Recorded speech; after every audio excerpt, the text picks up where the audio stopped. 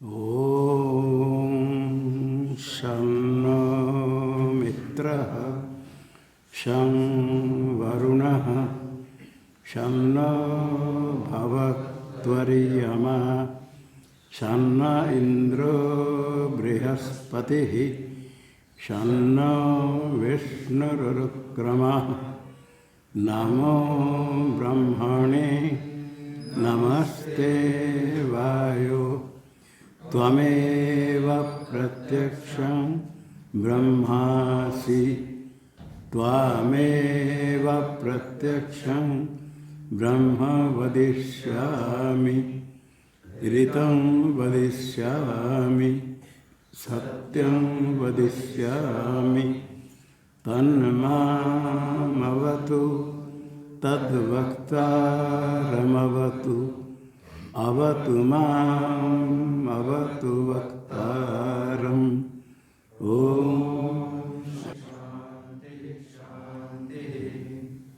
ॐ सहनावतु सहनौ भुनक्तु सह वीर्यं करवावहै तेजस्विनावधीतमस्तु मा विद्विषावहै। ॐ शान्ति शान्ति शान्तिः। ॐ यश्छन्दसां ऋषभो विश्वरूपः छन्दोभ्योऽध्यमृतात् सम्बभूव समेन्द्रो मेधया शृणोतु अमृतस्य देवधारणो भूयासं शरीरं मे विचर्षणं जिह्वा मे मधुमत्तमा कर्णाभ्यां भूरिविश्रुवं ब्रह्मणः कोशोऽसि मेधया पीतः श्रुतं मे गोपाय। ॐ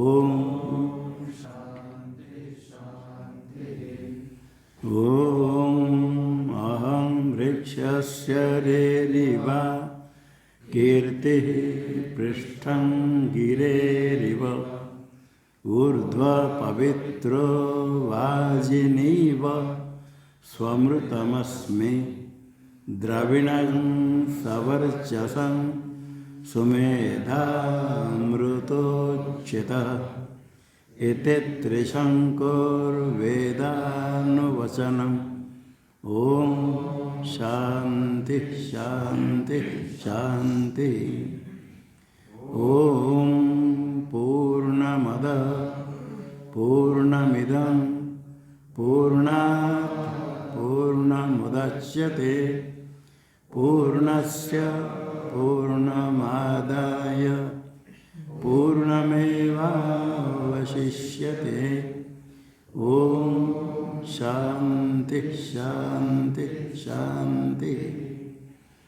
ॐ आप्यायन्तु ममाङ्गानि वाक्प्राणश्चक्षुः श्रोत्रमतो बलमिन्द्रियाणि च सर्वाणि सर्वं ब्रह्मोपनिषदं माहं ब्रह्म निराकुर्याम् मा ब्रह्म निराकरोद निराकरणमस्त्वनिराकरणं मे अस्तु तदात्मनि निरते य उपनिषत्सु धर्मास्ते मयि सन्तु ते मयि सन्तु।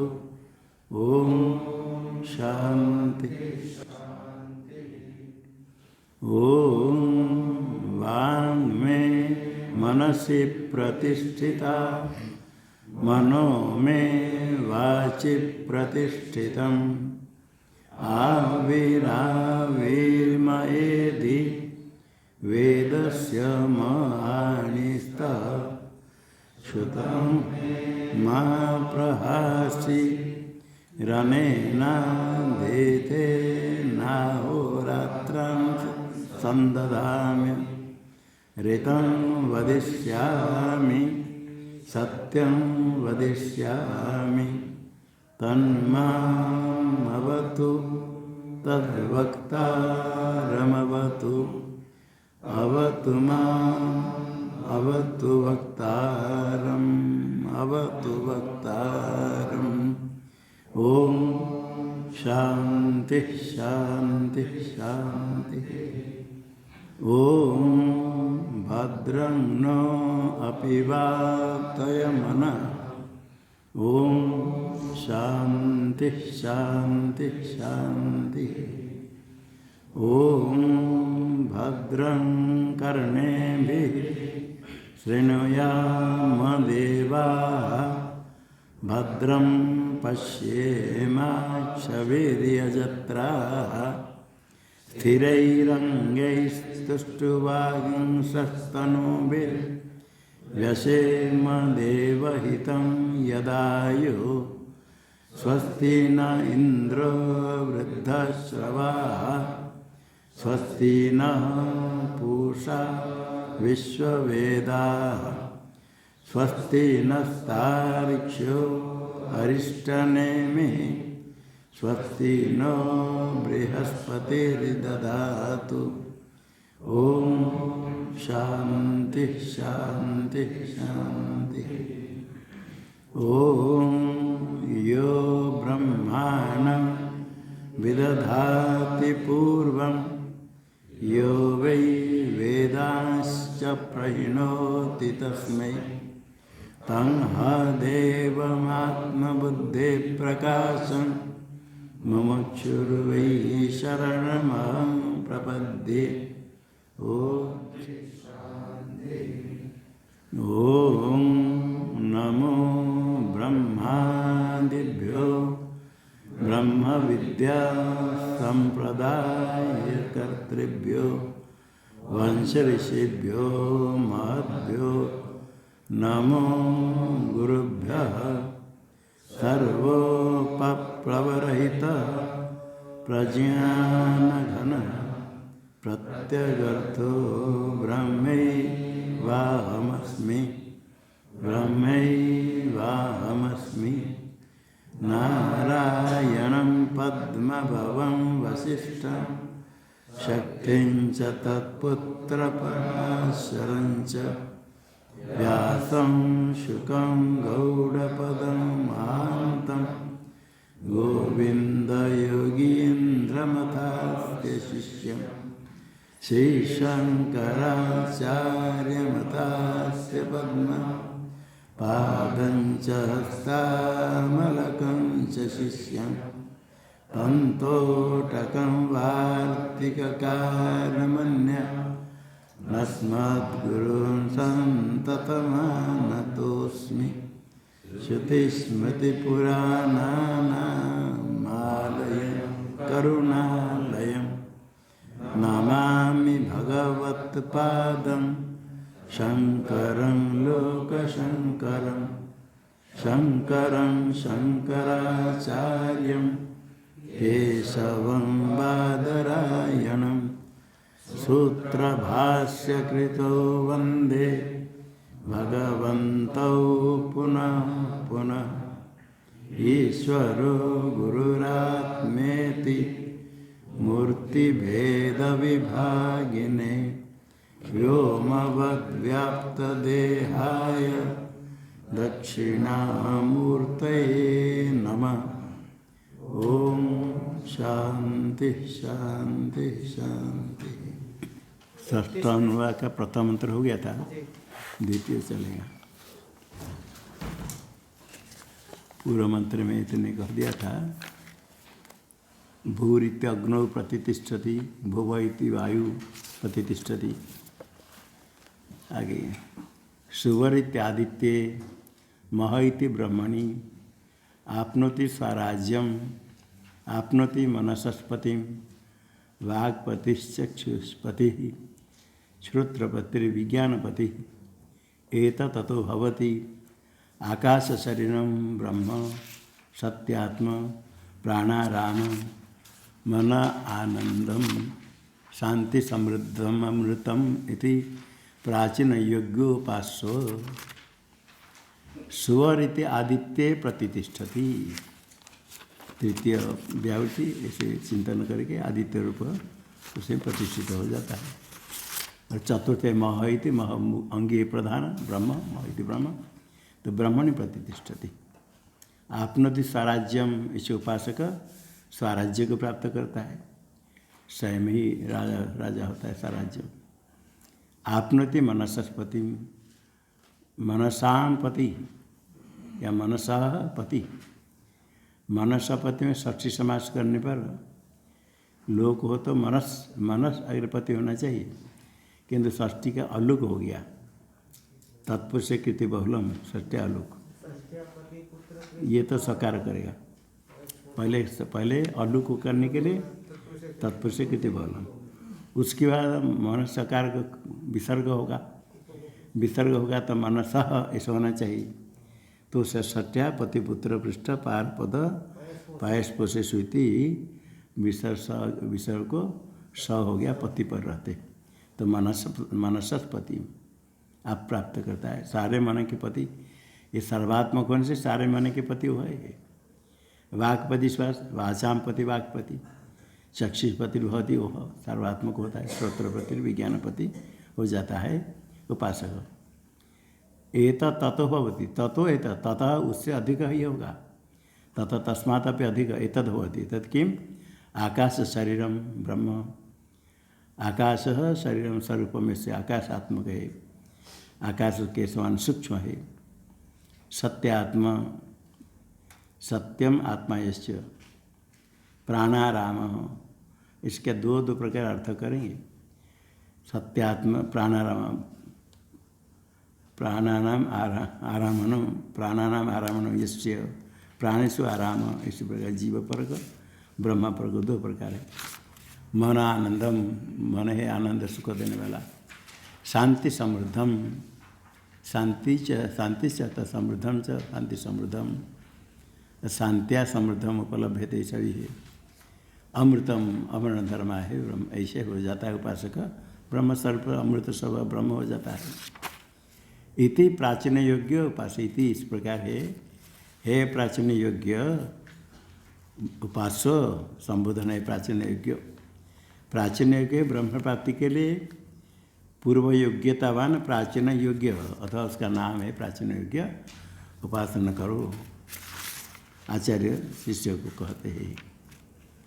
सुवरिति तृतीय व्याहृति आत्मनि आदित्य प्रतिष्ठित। भूर्भुवस्व तृतीय व्याहृति में आदित्य से आदित्य आत्मा में प्रतिष्ठित होता है, प्रतिष्ठित हो जाता है। मह इति ब्रह्मणि, मह इति अंगिनी, अंगी है मह, ये अन्य देवता सो अंग है। अंगिनी चतुर्थ व्याहृति आत्मनि, और मह ब्रह्म कहा था, ब्रह्म में प्रतिष्ठित होता है।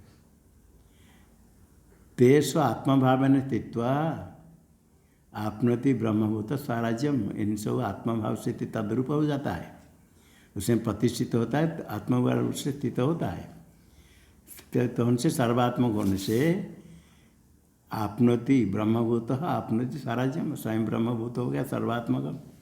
स्वराज्यम आपनोति, स्वराज्य शब्द का था स्वराट भाव, स्वराज स्वराजो भाव स्वराट भाव समास है।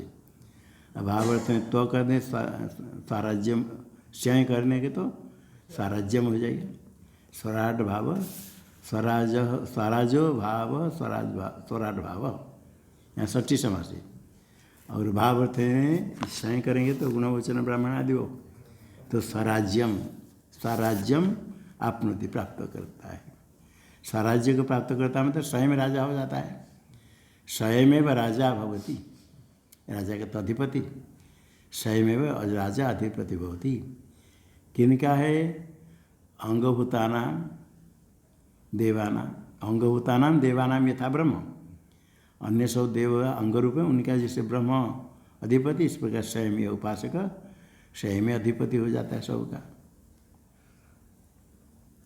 टीका में स्वराज्यम निरंकुशम ऐश्वर्यम, स्वराज्य निरंकुशम ऐश्वर्य को प्राप्त करता है।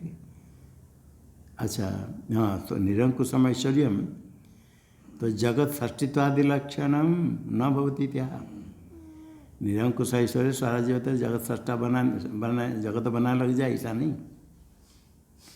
इत्या अंगभूतानाम देवाना सराहट होता है अधिपति, जिस प्रकार ब्रह्म, इस प्रकार अंगभूतानाम देवानाम सावधिकम ऐश्वर्य में मित्या। इसलिए निरंकुशम ऐश्वर्य ईश्वर के समान नहीं, सावधिकम ऐश्वर्यम अवधि सीमा सहित आपनोति स्वराज्यम, आपनोति एवं विद्वान, नहीं आपनोति मनस्पति। हाँ, ऐसे प्राप्त करता स्वराज्य हुए वो सावधिक है, निरंकुशम ऐश्वर्य नहीं, जगत षष्ठी तो नहीं, जगत प्रेम जगत व्यापार वर्जम ब्रह्मसूत्र में आया। आगे यत देवाश्च सर्वे अस्मै बलिम आवहन्ति अंगभूता यथा ब्रह्मण। सारे देवता जैसे अंगभूत ब्रह्म के लिए, इस प्रकार इसी प्रति देवता भी बलि भेंट चढ़ाते देते हैं। आपनोति मनस्पति, मनस्पति सर्वेशा ही मनसाम पति, सारे मन का पति, क्योंकि सर्वात्मकता ब्रह्मण, ब्रह्म सर्वात्मक उनसे सर्वे ही मनो भी स्तन मनुते, उसका अपना मन नहीं, अप्राण का मन शुभ्र, सारे जितने मन है सब मन से युक्त मनन करता है, सारे मन उसका हो गया, सर्वात्मक है सोपाधि को। इसलिए मनस्पति तद आपनोति एवं इसी उपासक इसी स्वरूप को प्राप्त करता है मनस्पति सर्वात्मक होकर के। किंच वाक्पति, इस प्रकार सर्वेशा वाचाम पति भवति, वाक्पति हो जाता है। तथैव चक्षुष्पति, चक्षुषाम पति चक्षुष्पति, श्रोत्रपति श्रोत्राणाम पति, विज्ञानपति विज्ञानानाम च पति। जितने चक्षु श्रोत्र विज्ञान आदि है सब का ही स्वामी हो जाता है, क्योंकि सर्वात्मक हो गया। सर्वात्मक से सारे चक्षु श्रोत्र आदि जितने करण सब उसका ही है। आगे दिया सर्वात्मकत्वात् सर्व प्राणिना करणे तद्वान भवति तथा, वो सर्वात्मक ब्रह्म स्वरूप हो जाता है। इसलिए सारे प्राणियों का जो कर्ण इंद्रिय चक्षु श्रोत्र आदि वाक्वादि उनसे तद्वान तत्कर्णवान सारे कर्ण वाला हो जाता है, सर्ववाक वाक्पति तद्वान हो जाता है तीर्थ। आगे मंत्र एत ततो भवति, ततो ततः तस्मात्, तस्मात् कौन से और अधिक है, किंच ततोपि अधिकतरम, उससे अधिकतर क्या है, एतद भवति, ततो एतद, तत तस्मात् उससे भी बढ़ करके एतद भवति। आगे एतद क्या है, तद अधिकतरम एतद भवति, पुराने में एतद में एक तो छूट गया, ततोपि अधिकतरम एतद भवति, में तद भवति। किन तत् क्या होता है, उसका कहते उच्चते कहते हैं। क्या कहते हैं, आकाश शरीरम ब्रह्म, आकाश शरीरम, आकाश शरीरम, आकाश शरीरम अस्ति आकाश शरीरम, आकाश उसका शरीर है। वो टिप्पणी विराट अभेद करके आते हिरण्यगर्भ का सूक्ष्म होने से कहा आकाश शरीरम, शरीर का तो स्वरूप है। आकाश उसका शरीर कैसे होगा, अधिष्ठानभूत है ब्रह्म, अधिष्ठानभूत ब्रह्म का आकाश होता है कल्पित शरीर है स्वरूपम। एक टीका है वर्णमाला, उसमें दिया आकाशम अधिष्ठानभूत से ब्रह्मण कल्पित स्वरूपम, अधिष्ठानभूत है ब्रह्म, आकाश उसका शरीर हो गया, स्वरूप शरीर मतलब कल्पित स्वरूप आकाश होगा, उसमें कल्पित होने से तद कल्पित स्वरूप आकाश शरीरम अस्य। दूसरा आकाशवद्वा शरीरमस्य, पहले तो आकाश ही उसका शरीर, दूसरा कहता है आकाश के जैसे शरीर है, आकाशवद्वा का आकाश का अर्थ आकाश सदृश, तो आकाश के सदृश क्या है, सूक्ष्मत्व, सूक्ष्म है, आकाश के समान सूक्ष्म है इसका शरीर। आकाश के समान सूक्ष्मत्व इसमें क्या है, आकाश में जलादि से संबंध नहीं होता है, दुखादि से संश्लेषण नहीं होता है, अन्य से संश्लेष अयोग्य, जलादि के द्वारा दुख आदि से संबंध रहित, पाप आदि से संबंध रहित इसे सूक्ष्म शरीरम असहित आकाश शरीरम हो जाता है। कौन ऐसे आकाश शरीरम होता है? क्या आकाश शरीरम ब्रह्म, किं तत् प्रकृतम ब्रह्म सत्यात्म, सत्यम आत्मा यस्य तत्सत्यात्मा बनेगा। सत्य में मूर्तामूर्त ब्राह्मण में सच त्यच इति सत्यम, सत शब्द से पृथ्वी जल तेज मूर्त, त्यज शब्द है वायुआकाश, इधर मिलकर मूर्तामूर्तम सत्यम हुआ। सत्यम आत्मायस्य, मूर्तामूर्त उसका आत्मा है। मूर्तामूर्त आत्मा कैसे होगा? मूर्तामूर्त है सत्य सदवाच्य कल्पित रूपम अस्य, मूर्तामूर्त जितने उसका कल्पित रूप है। आगे सत्य का दूसरा अर्थ करते सत्यम अभितथ स्वरूपम वा, यहाँ चाप च है किंतु वही एक बनारसी मोतीलाल बनारसी उसमें वाह है, एक वर्णमाला टीका है इसके ऊपर, राष्ट्रीय के ऊपर, उसमें वाह रख करके टीका में इसे बताया। वाह सत्य शब्द का परमार्थ वस्तु में रूढ़ि में आश्रित अभितथम स्वरूपम वाह, ये ठीक लगता है, वाह होना चाहिए। क्योंकि मूर्तामूर्त सत्यम मूर्तामूर्त कह कर फिर अभितथ कहना, अभितथ स्वरूपम वाह। पहला तो सत्य हो गया, सत्य सद है, सत्य सत्यम मूर्तामूर्त, ये सत्य सदवाच्य, सत्य सदवाच्यम आत्मा अर्थात कल्पित स्वरूपम असहित सत्यात्मा पहला व्याग्रह होगा। सत त्यत है सत्य सदवाच्य, उसका आत्मा का स्वरूप कल्पित रूप है। और दूसरा अभितथ है सत्य शब्द से परमार्थ वस्तुनि रूढ़ि में आश्रित्या अभितथ, विषय व्याख्या बनमाला टीका में दिया।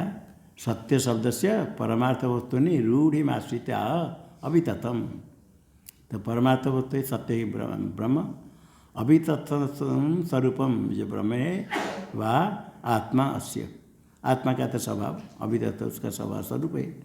इति तदिदम सत्यात्मा, वाह इसलिए हुआ पहले एक सत्य शब्द वाच्य को कल्पित स्वरूप का, दूसरा सत्य शब्द मुख्य है अभितथ स्वरूपम, उसका आत्मा है स्वभाव। इति तदिदम सत्यात्मा। आगे प्राणाराम, प्राणेषु आरामणम आक्रिया से तत् प्राणारामम, ये जो प्राणाराम है जीव अभेदन का, प्राणेषु का तो इंद्रियों में, इंद्रिय में आरामण खाली विषय के बिना कैसे होगा? सविषयसु इंद्रियसु, प्राणेषु का अर्थ क्या? सविषयसु इंद्रियसु, विषय युक्त इंद्रिय में आराम आक्रीड़ा, रमण आक्रीड़ा यस्य, जो इंद्रिय विषय में आक्रीड़ा कौन से? यहाँ जीव अभिप्राय से कहा गया प्राणाराम। और दूसरे प्रकार व्याख्यान करते प्राणानाम व आराम यस्मिन, यहाँ ब्रह्म अभिप्राय से। प्राणाराम का दो प्रकार है, जीव अभिप्राय से प्राणेषु आराम आरामणम क्रिया से तत् प्राणाराम, जीव अभिप्राय हुई, ब्रह्म ही जीव रूप हो जाता है उपाधि के कारण। और प्राणाराम ब्रह्म अभिप्राय से स्वयं ब्रह्म रूप हो जाता है, तो प्राणानाम व आराम यस्मिन, प्राण का आराम जिसमें, जिस अधिष्ठान में, तत्प्राणारामम ब्रह्मस्वरूप, ब्रह्म अभिप्राय से प्राणानाम व आराम यस्मिन।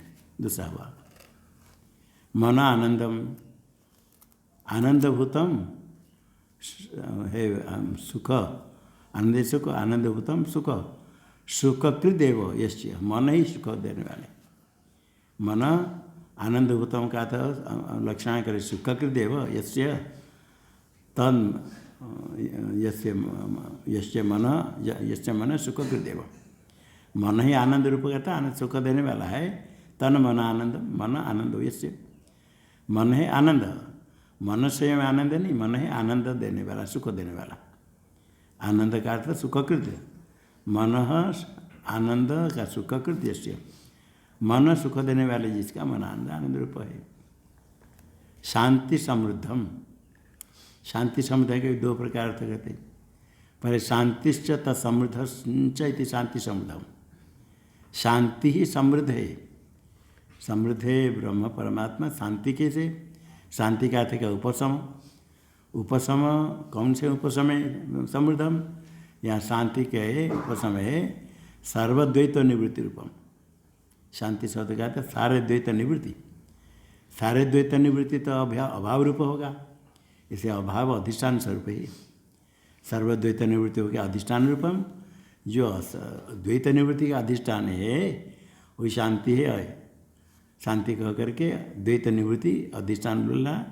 तत्समृद्धम च शांति शांतिश्च तत्समृद्धम च वही समृद्धम सम्यक रिद्धम रिद्धि प्राप्त। सम्यक क्या है? सम्यक रिद्धि क्या है? सम्यक आत्मभाव है ना, प्राप्त है, व्याप्त है।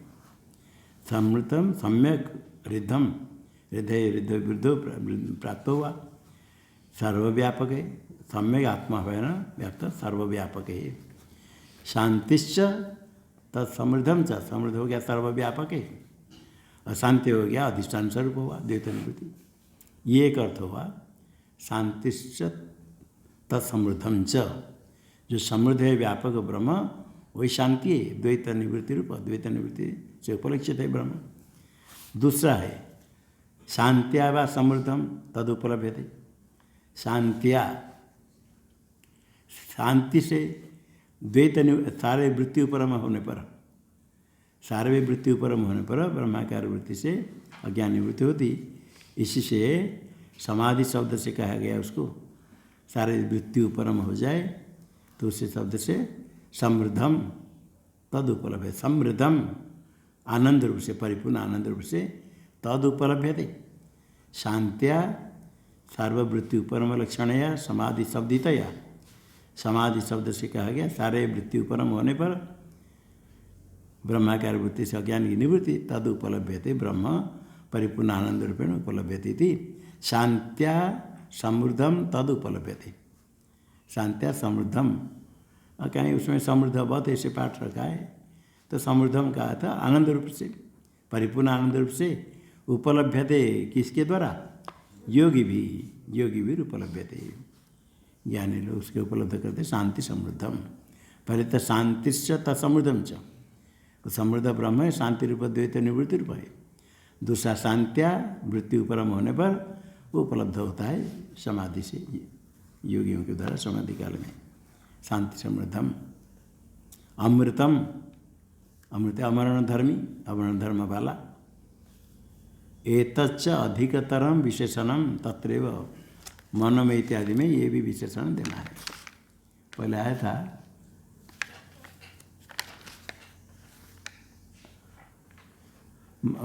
तस्मिन् अयं पुरुषो मनोमय अमृतो हिरण्मय, ऐसा आया था पहले। तो ये सब ये विशेषण तद्रूप भी हो जाता है। तो अधिक विशेषण तत्रैव मनम इत्यादि द्रष्टव्यम। एवं मनोमयत्वादि धर्मेर विशिष्टम यथोत्तम ब्रह्म इति प्राचीन विज्ञोपास इसका अर्थ कहते। एवं इसी प्रकार मनोमयत्वादि धर्मेर विशिष्ट, मनोमय अमृतमय हिरणमय ये कहा था। इसके आगे फिर यहाँ आ गया आकाश शरीरम सत्यात्म प्राणम आरम इत्यादि रूप से। ऐसे धर्म विशिष्ट, धर्मेर विशिष्टम, ऐसे धर्म से युक्त ब्रह्म सोपाधि का ब्रह्म है, यथोत्तम है ब्रह्म। हे प्राचीन योग्य उपास्य, संबोधन है प्राचीन योग्य। प्राचीन योग्यतावान, योग्यतावान को योग्य कहते। प्राचीन योग्यतावान का तो ब्रह्म प्राप्ति के लिए पूर्व में जो योग्यता तुम्हारे में है प्राचीन योग्य, अर्थात तो ब्रह्म को प्राप्त करने वाले हो योग्यता वाला तुम्हें है प्राचीन योग्य। अर्थात अथवा नाम हो सकता है, ऐसे दो प्रकार व्याख्या है। ब्रह्म प्राप्त है प्राचीन योग्यतावान, प्राचीन योग्य नाम व अथवा नाम है प्राचीन योग्य उपासो। उपासो इति आचार्य वचनोक्ति, आचार्य वचन से कहता है ना आदरार्थ, आदर के लिए कहते हैं उपासो। उपासो इत्यादि विरुक्तम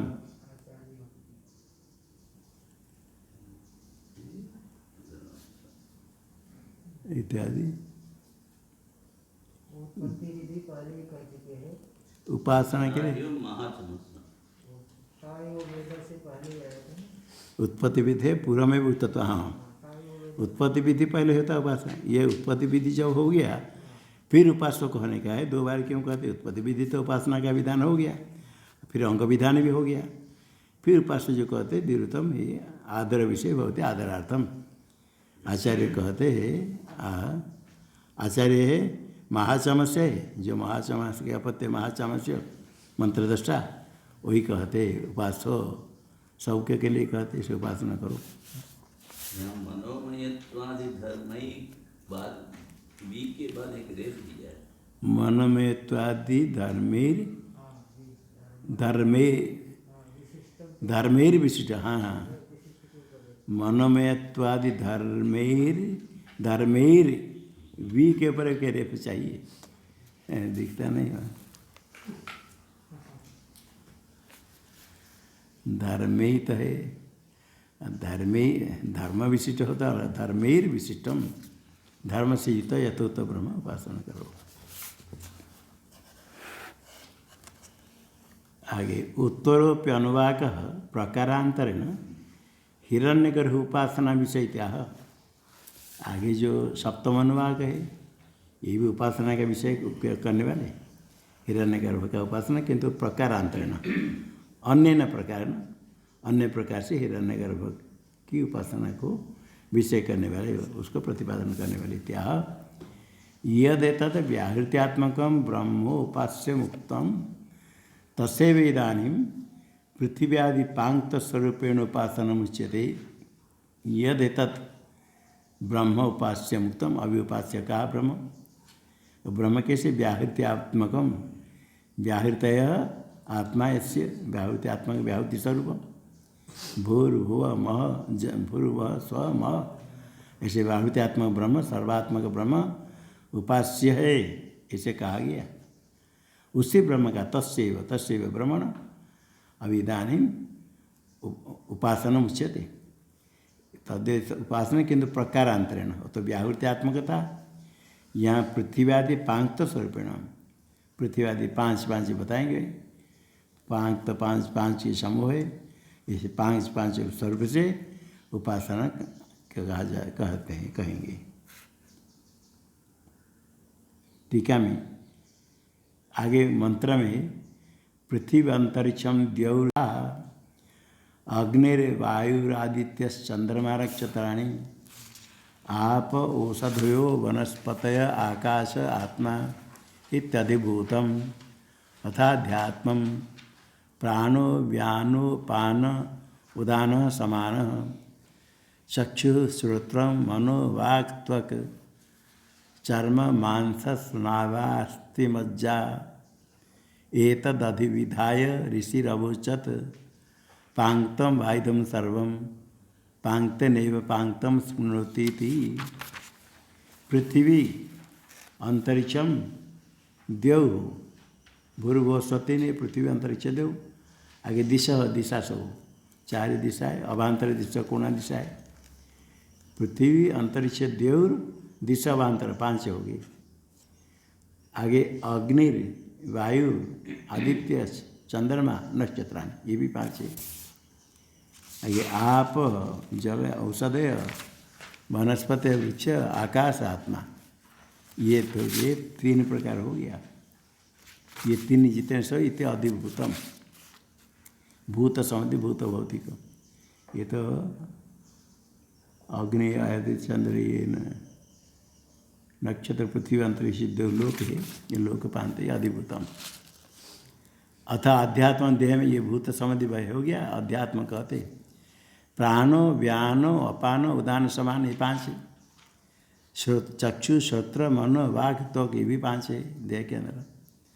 चर्म मांस स्नायु स्नावा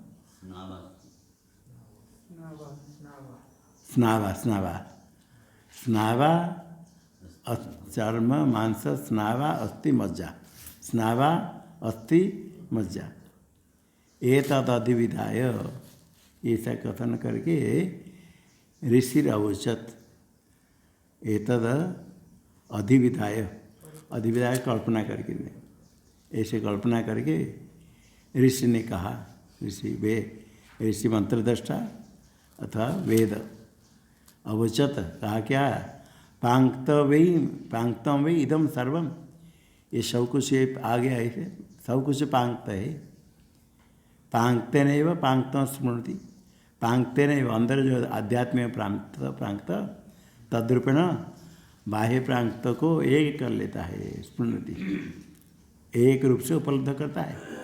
स्मृति का तो बल है पूरा ही, आध्यात्मिक प्रांत से बाह्य प्रांत को पूर्ण करता है।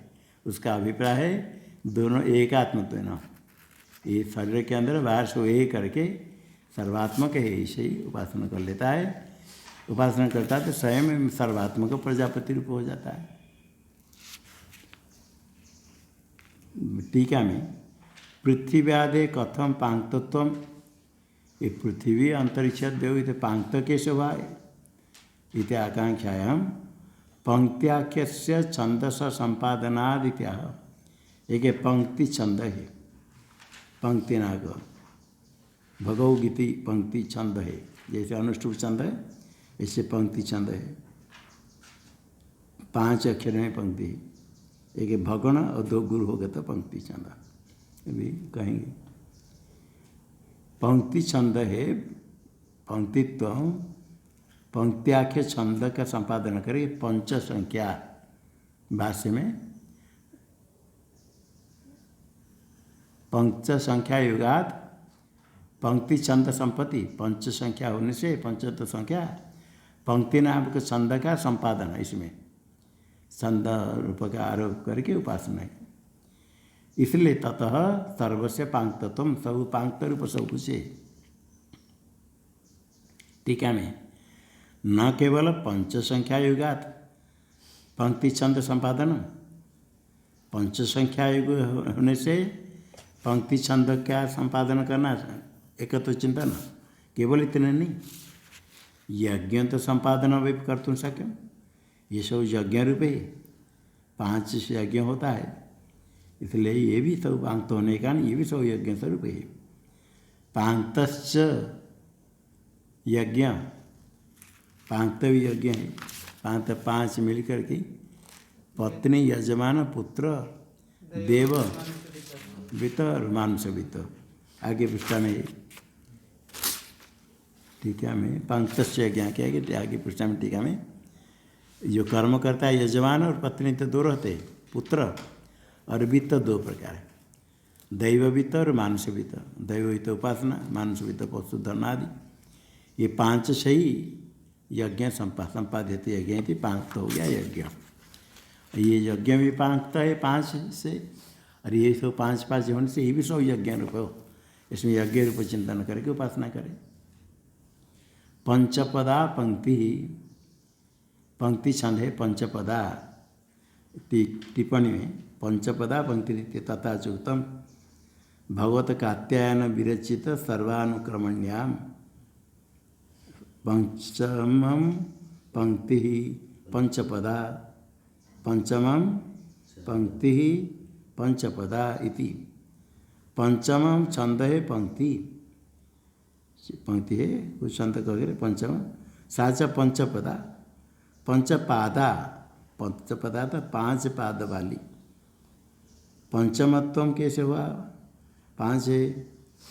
अस्य गायत्री उष्णिक अनुष्ठुप बृहति पंक्ति त्रिष्टु जगति अतिजगति अतिशक्वरी, आगे अतिशक 2 बार जगति नहीं, जगति के आगे शक्वरी, उसके आगे अतिशक्वरी, अष्टि अत्यष्टि धृति अधृति अधृतय इति पूर्वम उदिष्टत्वात् गायत्री आदि अपेक्षया अवगंतव्यम।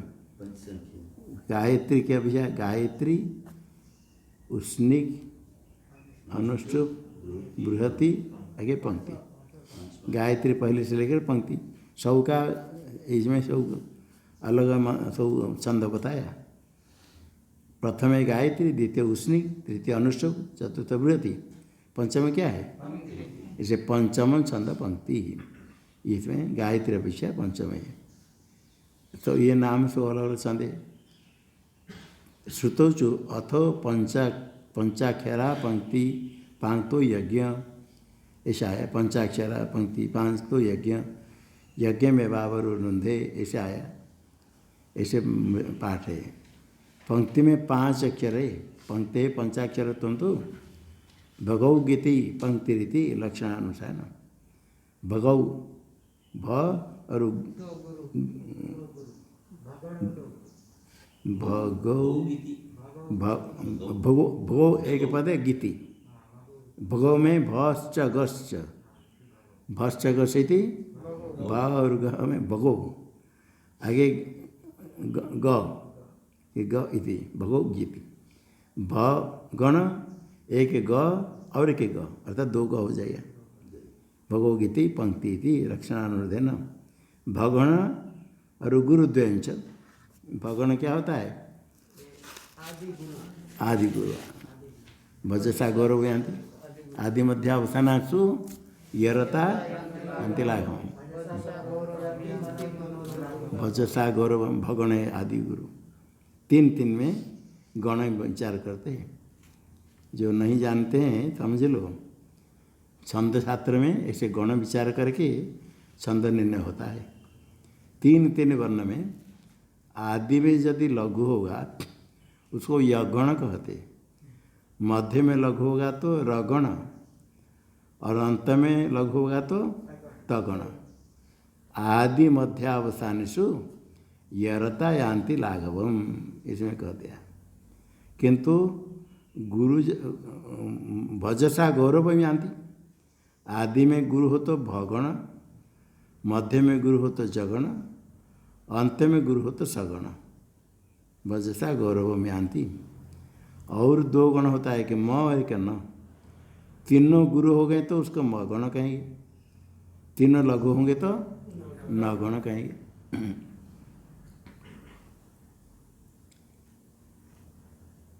ये इसमें छंद में आता है। तो पंक्ति छंद है। पांक्तश्च यज्ञ, पंचपदापति 5 यज्ञ इति श्रुते है। तेन यत्सर्वं लोकाद्यात्मांतं च पांक्तम, लोक पृथ्वी अंतरिक्ष देव दिशा अवांतरिक्ष, लोक तो पहले आया था। लोक से ले करके लोक आदि, पृथ्वी आदि लोक है, अंतरिक्ष देव। लोकादि आत्मांतम, लोकादि आत्मांतम, आत्मांत हो गया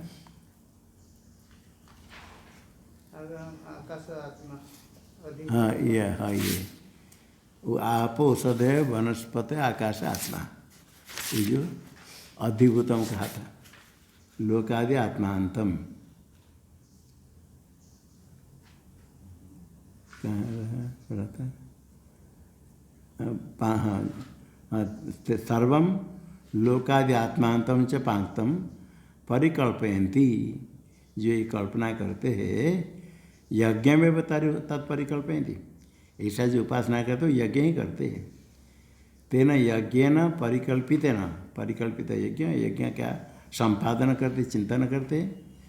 पांक्तात्मकम प्रजापतिम अभिसंपद्यते, प्रजापति भी सर्वात्मक पांक्त रूप है।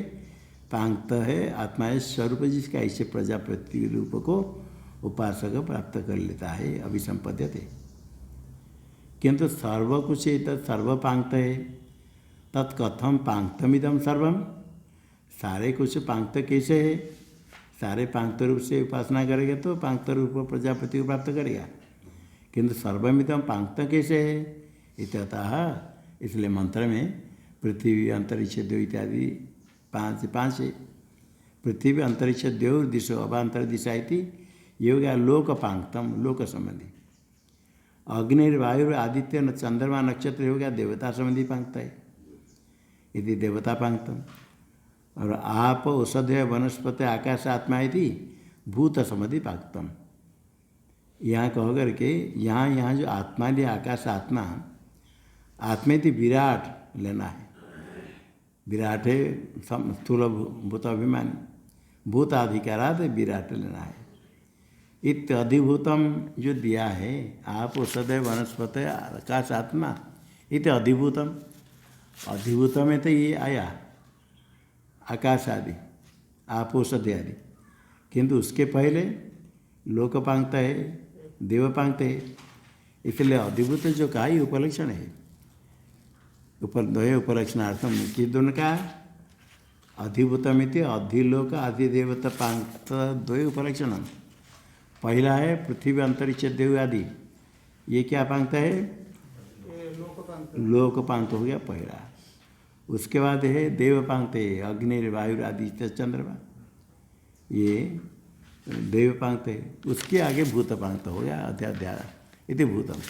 तो इसलिए अधिलोकम अधिदैवम और अधिभूतम, जो आकाशात्मा का इति अधिभूतम कहा, अधिभूतम के साथ साथ ये भी समझे लेना अधिलोकम और अधिदैवम, या और अधिभूत हो गया भाष्य में। यह अधिभूतम जो दिया है अधिलोक अधिदेव तपांक्त द्वय का उपलक्षण की है। लोक देवता पांक्तयोश्चवीतत्वात्, लोकपांक्त और देवतापांक्त कहे गए हैं। लोकपांक्त पृथ्वी अंतरिक्ष देव दिश अंतर्दिश, और देवता पांक्त अग्नि से लेकर के नक्षत्र तक, ये देवता पांक्त, और आप से लेकर के ये हो गया भूतपांक्त। अथ अध्यात्मम, ये तो अधिभूत हो गया, आगे अधिभूत अधिलोक अधिदेव हो गया। अथ अध्यात्मम आगे अध्यात्म में प्राण व्यान उपान उदान समान ये सब होगा भाष्य में। अथ का तो अनंतरम अध्यात्मम, अध्यात्म यहाँ भी पहले कितने पांक्त कहे गए? अभी भी तीन कहेंगे। पांक्त त्रयम उच्यते, तीन प्राणादि वायु पांक्तम, प्राणो व्यानो अपान उदान समान, ये देह के अंदर है, ये वायु पांक्त हो गया। आगे इंद्रिय पांक्त है, ये है चक्षु श्रोत्रम मनो वाक्, तो ये सो इंद्रिय है। चक्षुरादि इंद्रिय पांक्तम। आगे है चर्म मांस स्नावा अस्थि मज्जा, इसको शरीर के अंदर है, इसको धातु पांक्त कहा। धातु शब्द है, धारणा धातु से धारण करने वाले शरीर को। आगे एतावधिदम सर्वम अध्यात्मम, देह के अंदर ही सब हो गया। प्राणादि है, प्राण अपान व्यान चक्षुरादि इंद्रिय और चर्मादि है, ये सब देह के अंदर ये हो गया अध्यात्मम। अथाध्यात्मम कहा गया था, ये अध्यात्म में तीन हो गया। ये हो गया वायु पांक्त, दूसरे इंद्रिय पांक्त और धातु, तीन पांक्त हो गए, पांक्त त्रयम अध्यात्म हो गया।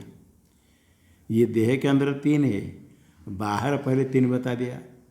बाह्यंच पांक्तम एव, बाह्य भी पांक्त है, देह के अंदर पांक्त सारा देव पांक्त हो गया। अरे बाह्य जितने सब लोक देव और भूत सब हो गया पांक्त, बाह्यम च पांक्तम एव। इसे क्या हुआ? इति एतदेवम अविधिविधाय, इसी प्रकार अंदर पांक्त बाहर पांक्त इसे कल्पना करेगी, इसे करके परिकल्प्य ऋषिर वेद, ऋषि का थे वेद, एत दर्शन संपूर्ण वा कश्चिद ऋषि, ऋषि का थे वेद ऐसा अर्थ कर सकते हैं। अथवा ऋषि मंत्रद्रष्टा ऋषि, एत दर्शन संपन्न वा कश्चिद ऋषि, इसके ज्ञान जिनको हुआ, ये पांक्त संबंधी ज्ञान उनका दर्शन हुआ, ऐसे ऋषि को ही ऋषि ने कहा। ऋषि अवचत उक्तवान कहा था, क्या कहा था? एतद अधिविधाय ऋषि अवचत, ये पांक्त रूप कल्पना करके ऋषि ने कहा।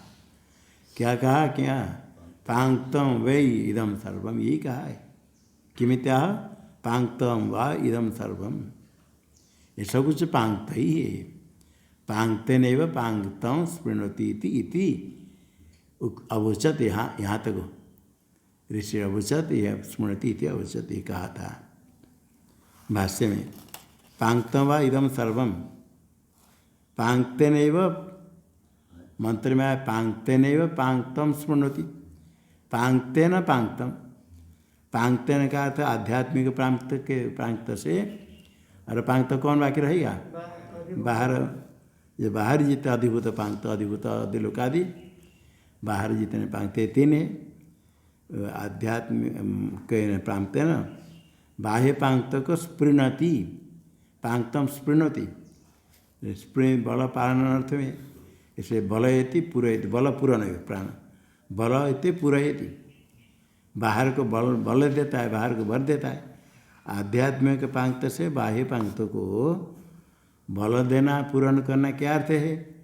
उसका अभिप्राय भगवान भाष्यकार कहते हैं एकात्मतया उपलब्धति तेता, देह प्रांत को बाहर प्रांत के साथ मिला देना, जो परिच्छेद अभिमान को छोड़ देना, यही तो उपासना करना है। जो अपने में आत्मा तो व्यापक है, व्यापक होने पर भी देहादि में तादात्म्य भाव करके अपने को परिच्छिन्न मानता है। ये अंदर जितने सब को बाहर के साथ एक कर ले, ऐसे ऐसे उपासना करने पर आगे स्वल्प उपदेश मात्र से अद्वैत ज्ञान हो जाता है। क्योंकि पहले से ही परिच्छेद भाव छोड़ करके, परिचिन्न तो छोड़ करके व्यापक रूप चिंतन, आध्यात्मिक पांगत को बाह्य प्रांत के साथ मिला करके पांगतेन पांगतम स्मृति, पांगतेन आध्यात्मिक पांगतेन, और बाह्य पांगत को बल देता है, भरण देता है, भर दिया मतलब उसके साथ मिल गया, अलग नहीं रहा, एक हो गया। एकात्मता उपलब्धते, देह अंदर बाहर सब एकात्म सर्वात्मक चिंतन करता है। स्थूल भी, स्थूल प्रपंच भी सर्वात्मक एक है, विराट, सूक्ष्म भी हिरण्यगर्भ एक है। ऐसे करके अंत में शुद्ध चिन्ह मात्र एक अद्वितीय अधिष्ठान है। ऐसे चिंतन करके, ऐसे करने से क्या होता है? एवं पांगतमिदम सर्वमिति यो वेद, ऐसा जो उपासना करके जानता उपासना करता है, सब प्रजापत्य आत्मा एव भवति, प्रजापति आत्मा यस्य स प्रजापति आत्मा, प्रजापति स्वरूप हो जाता है, भवति त्यर्थ। टीका में ये पांगते नैव पांगतम स्पृणति, आध्यात्मिक पांगत से बाह्य प्रांत को उत्कृष्ट दृष्टि निकृष्ट फलवती, निकृष्ट में उत्कृष्ट दृष्टि, निकृष्ट छोटे को बड़े सम्मान से कहो फलवती अच्छा है, अरे बड़े को थोड़ा तिरस्कार कहो तो हानि है, फल नहीं, अनुचित है, सर्वत्र है। निकृष्ट में भी उत्कृष्ट दृष्टि करे, किसी को भी सम्मान से बोले, प्रेम से बोले। ये न्याय से ब्रह्मसूत्र में है, ब्रह्म दृष्टि उत्कर्ष, प्रतीक में ब्रह्म दृष्टि का उत्कर्ष होता है। बाह्य पांगत रूपेण आध्यात्मिक पांगतत्रयम् अवगंतव्यम इत्या, आध्यात्मिक पांगत है तो परिचन्न, बाह्य पांगत अपरिचन्न बहुत ही उत्कृष्ट है। इसे निकृष्ट में आध्यात्मिक पांगतत्रय को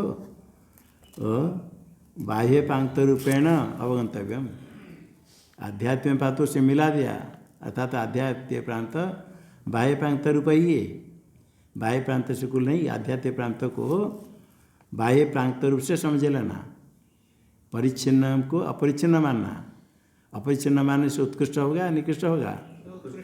उत्कृष्ट। परिच्छिन्न में अपरिच्छिन्न बुद्धि करे, निकृष्ट में उत्कृष्ट दृष्टि, निकृष्ट हो गया। परिच्छिन्न कौन है? आध्यात्मिक प्रांत, आध्यात्मिक प्रांत को बाह्य प्रांत रूप से देखे, देखे दिया बाह्य प्रांत रूपेण आध्यात्मिक पांगतत्रयम् अवगंतव्यम। बाह्य पांगत कितने हैं? वो भी तीन है। आध्यात्मिक पांगतत्रयम् बाह्य पांगत रूपेण अवगंतव्यम, बाह्य रूपेण उनको समझना, उत्कृष्ट रूप से समझना। प्रतीक में ब्रह्म दृष्टि करना, ब्रह्म में प्रतीक दृष्टि नहीं, प्रतीक में ब्रह्म दृष्टि कर उत्कृष्ट दृष्टि। इसी प्रकार यहाँ आध्यात्मिक प्रांत को बाह्य प्रांत रूप से ही देखे, अर्थात सर्वात्मक देखे, अर्थात बाह्य आध्यात्मिक परिच्छिन्न भाव छोड़ करके वो सर्वात्मक है, ये उपासना करना। एकात्मतया उपलब्धते, सर्वात्मक समझ करके एक स्वरूप हो गया। ऐसे उपासना करने से सर्वात्मा भाव को प्राप्त करता है उपासक।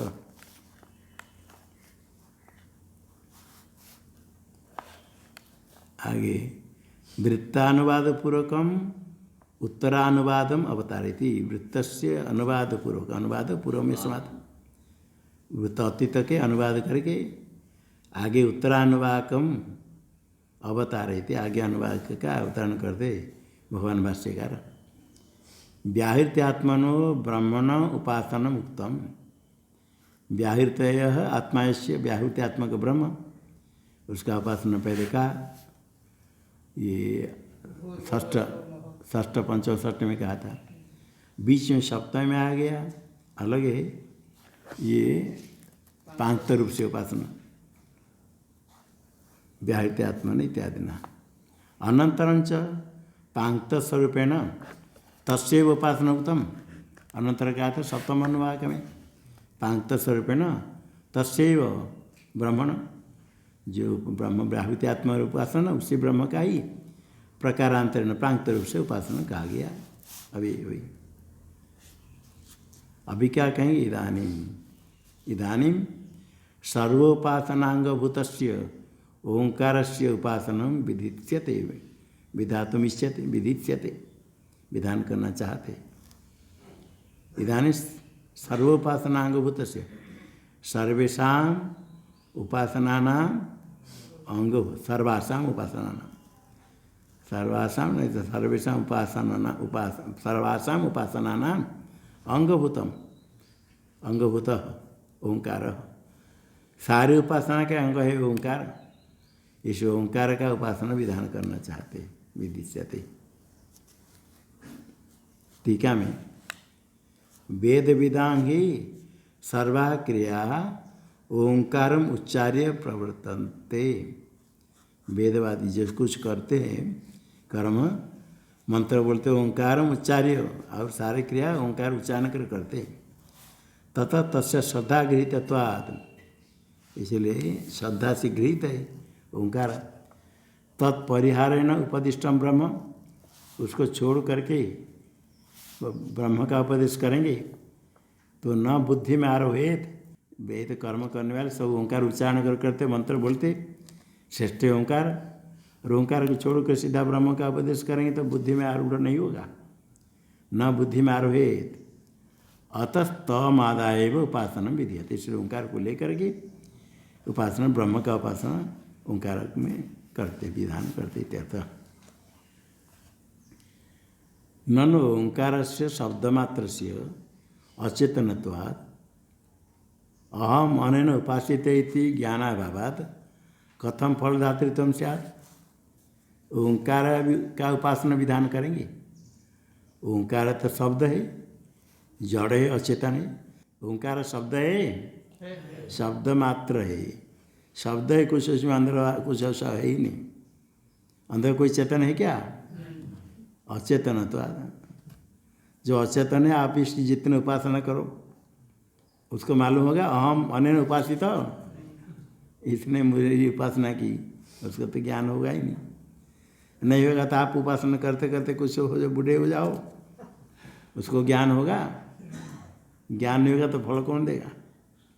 अनेन अहम उपासित थी ज्ञान अभाव, तो कस्य ओंकार, तो फिर क्या फल देगा? कथम फल दात्री तुम, फल देने के सामर्थ्य है नहीं तो पीछे बात है। पहले उपासना मेरी की करके भी ज्ञान नहीं, क्या फल देगा? कथम फल दात्री तुम शायद इत्या आशंका करके उत्तर देते। आह परापर ब्रह्म दृष्टिया ही उपास्यमान ओंकार शब्दमात्रोपि परापर ब्रह्म प्राप्ति साधनम भवति। ये ओंकार उपास्यमान कैसे? शब्द मात्र नहीं, ब्रह्म दृष्टि करके, परापर ब्रह्म दृष्टिया, पर ब्रह्म दृष्टिया अथवा अपर ब्रह्म दृष्टिया उपास्यमान ओंकार। ओंकार तो शब्द मात्र है, किंतु ब्रह्म दृष्टि कर उपासना करेंगे। जैसे प्रतीक में उपासना करते, शालग्राम में विष्णु उपासना, जहाँ प्रतीक मूर्ति बनाकर उपासना करते, ये सबको मालूम है मूर्ति जड़ है,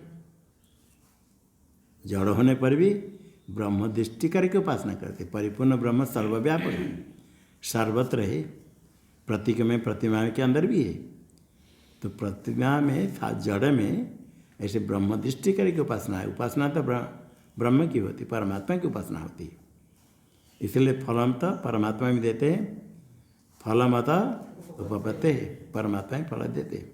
प्रतीक उपासना फलप्रद है। इसी प्रकार यहाँ ओंकार भी के प्रतीक है, शब्द मात्र तो है, शब्द मात्र भी परापर ब्रह्म प्राप्ति साधन। परब्रह्म दृष्टि से उपासना करेंगे तो परब्रह्म प्राप्ति का साधन हो जाएगा। अपर ब्रह्म दृष्टि ओंकार की उपासना करेंगे तो अपर ब्रह्म कार्य ब्रह्म की प्राप्ति होगी। परापर ब्रह्म प्राप्ति साधन भवती।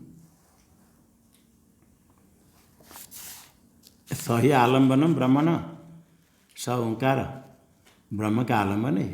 कौन, किस ब्रह्म का? परस्य अपरस्य च, पर ब्रह्म का भी अपर ब्रह्म का। इसे आलम्बन होता है जिस प्रकार प्रतिमा इव विष्णु हो, यथा विष्णु हो प्रतिमा आलम्बनम। प्रतिमा मूर्ति विष्णु का आलम्बन, केवल विष्णु के लिए नहीं, अन्य है तो विष्णु व्यापक है। वेवेष्टि चराचरम इति विष्णु व्यापक है। सारे व्यापक ब्रह्म विष्णु का आलम्बन है प्रतिमा। शालग्राम छोटे मूर्ति बना करके उसे उपासना करते। व्यापक जो व्यापक है छोटे मूर्ति के अंदर रहेगा, अंदर बाहर सर्वव्यापक उसमें भी है। और वो जो व्यापक ब्रह्म है छोटे स्थान में उसका एक अंश, बड़े स्थान में बहुत, ऐसा नहीं। जैसे शरीर चेतन है, चेतन का कोई अंशांशी भाव नहीं, ये सर्वव्यापक सर्वत्र है। तो कहीं भी उपासना करने पर फलप्रद है। तो किंतु जैसे शास्त्र में आया इसके अनुसार उपासना करनी चाहिए। बहुत लोग नहीं समझ करके कहते ये तो पत्थर है, उसमें क्या मिलेगा। है तो जो उपासना करते हैं उनको मालूम है पत्थर है, मालूम नहीं जो शालग्राम सामने रख करके नर्मदेश्वर सामने रख कर पूजा अभिषेक आदि करते, उनको मालूम नहीं है पत्थर से बनाते, मालूम है। कहीं खंडित हो गया तो विसर्जन कर लेते। मालूम होने पर भी इसी में इसे ब्रह्म दृष्टि कर उपासना करते हैं। और ये प्रश्नोपनिषद में आया परापर ब्रह्म प्राप्ति का साधन कैसा? एतेनैव आयतनेन एकतरम अन्वेति इति श्रुते। ओंकार रूप आयतन आलम्बन से एकतरम परम अथा पर ब्रह्म को प्राप्त करता है, अन्वेति प्राप्त करता है। इसमें एक रह गया प्रतिमादि अर्चन ही। प्रतिमादि अर्चन करने पर फल कौन देता है? ईश्वर। सर्वत्र ईश्वर एवं फलदाता। सर्वत्र, हाँ, सर्वत्र ईश्वर एवं। प्रतिमा के में पूजा करने पर ईश्वर ही फल देते हैं। ओंकार की उपासना करें तो कौन फल देगा? ईश्वर एवं फलदाता इति भाव। इसलिए फल ओंकार से नहीं, शब्द मात्र से नहीं, परमात्मा से फल प्राप्ति। ओम शन्नो मित्र शं वरुण शन्नो भवत्वर्यमा शन्न इंद्रो बृहस्पति शन्नो विष्णुरुक्रमः। नमो ब्रह्मणे नमस्ते वायो त्वमेव प्रत्यक्षं ब्रह्मासि त्वामेव प्रत्यक्षं ब्रह्म वदिष्यामि ऋतं वदिष्यामि सत्यं वदिष्यामि।